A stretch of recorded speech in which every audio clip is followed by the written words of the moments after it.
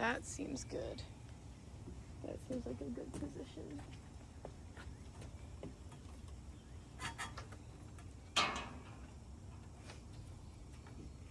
Good afternoon. I am Sarah and this is Good.AdVise. So, like I say in all of my videos, I keep my notebook out just in case there's any points that I miss. So if you ever see me looking down, I'm looking down at my notebook. Today I want to talk about a sensitive topic. Brain rot. But I've been thinking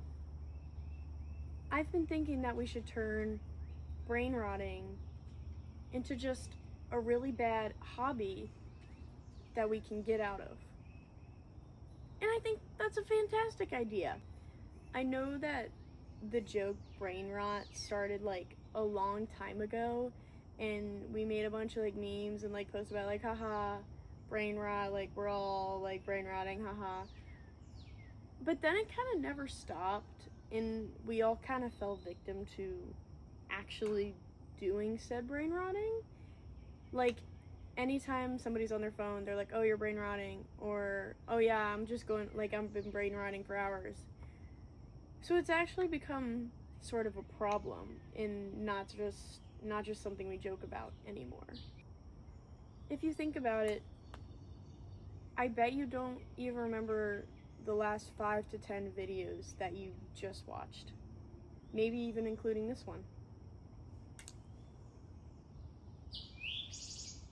And I know that we say that we're always going to go back to our saved videos. I don't think I've gone back to more than like 1 or 2 saved videos, and I know I have at least 10,000 saved videos that I said I was going to watch. So I've been really just like thinking about that, how I always say that I'm going to go back and I'm going to watch all these videos to improve myself. And then I just continue to sit there and keep rotting. Like, don't get me wrong, I think that we should always be able to decompress, and I know that social media is like a really good way that like if you've had a long day, you just want to sit on the couch, lay in bed, and just like scroll on social media. And that's fine, you know, it's just doing it in incremental periods and not all the time and every single hour, you know, of the day, to where your screen time is 24 hours a day, which I don't even think is possible. We should be able to decompress because social media is really good at giving you a good laugh, getting news, or even giving you a cry, and sometimes you can actually get some really good inspiration from it for a little while. But we shouldn't be making it our entire lifeline to be watching these videos, you know? Like, I know we all get caught up in those AI short clips as well. Like, Fruit Love Island, you know I was on that. And multiple generations have started falling into this too. Like, I remember at first, like, even older generations were like, oh, like, that's so stupid, like, I'd never do that, or I'd never scroll on social media. I catch my mom, my grandma, my sister, every generation that I know of scrolling, and they all have their own individual feed that keeps them locked. And every single one of theirs is different to tailor it to them so it'll keep them watching, which is what we all know that it does. But we kind of need to snap out of this mindset. It's just kind of become a part of us, and we kind of have a relationship with it at this point that it'd be really hard to separate because of all of the things you have saved in there and all the memories that you might have. And a part of this is, like, even the people who will tell you to get off your phone, they'll be like, oh, like, read a book, go outside, go work out, do anything but be on your phone. And we might save that and be like, wow,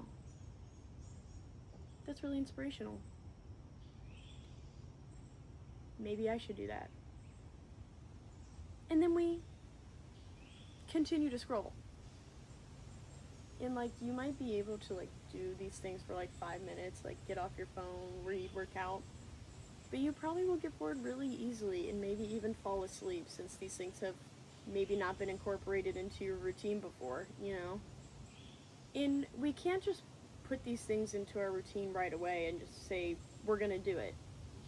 Because just like social media encroached on our day-to-day lives, you kind of have to let other habits besides that one re-encroach into your life. So having brain rotting as a bad hobby, we also kind of need to treat it like an addiction in a way.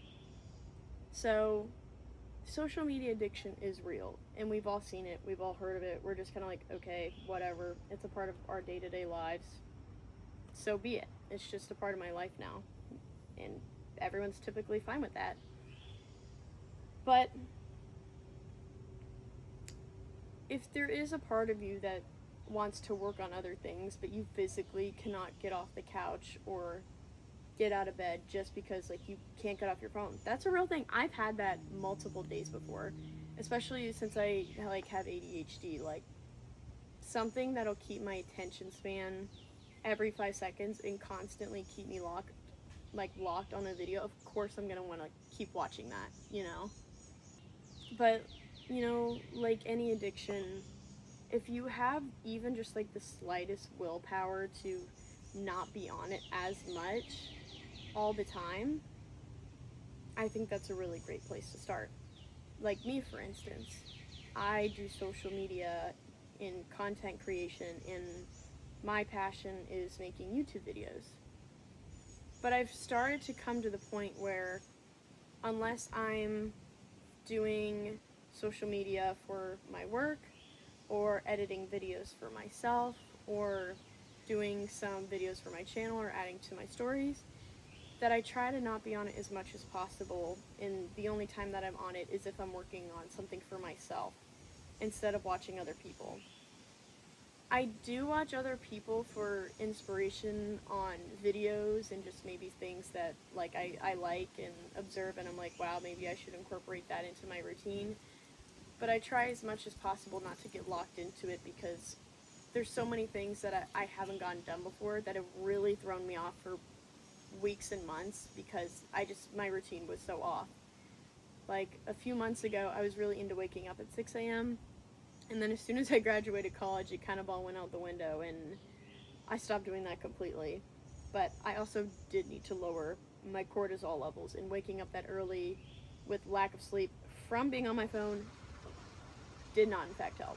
So a good way that I think to just start your journey of getting off of your phone is working on it incrementally, not just slamming something new and just trying to stick with it, because it takes 21 days to make and break a hobby, as a wise one told me once. And this is really good to slowly put things into your routine and not just do something sporadically like I did.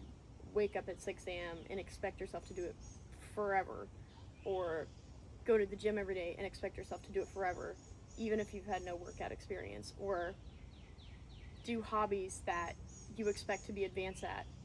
And I think we've kind of lost that it's okay to be a beginner at something, and everybody on the internet seems to be a master of their craft. And I think that's why a lot of people are just fine watching others, is because maybe they're afraid of being in the beginning stages, and they know how long it probably took people to get to the end. Not even the end, but to where they're super experienced. So just know that it's okay to be in the beginning stages of whatever it is you want to do, like working on your future or your investments, or maybe you want to learn how to cook a really good meal. Another thing could be talking to a friend or family member that you haven't talked to in a long time, and just having a short conversation with them that maybe you wouldn't have done because you were scrolling on your phone at that time. So just incrementally putting things into your schedule, maybe once a week, putting it twice a week, and just for short periods of time, so it doesn't really feel at first like you're taking away from your personal time and moving on to other things, but it just feels like maybe something regular for you and your family is to go out for Friday night dinners, or you and your friends usually get drinks on a certain day of the week.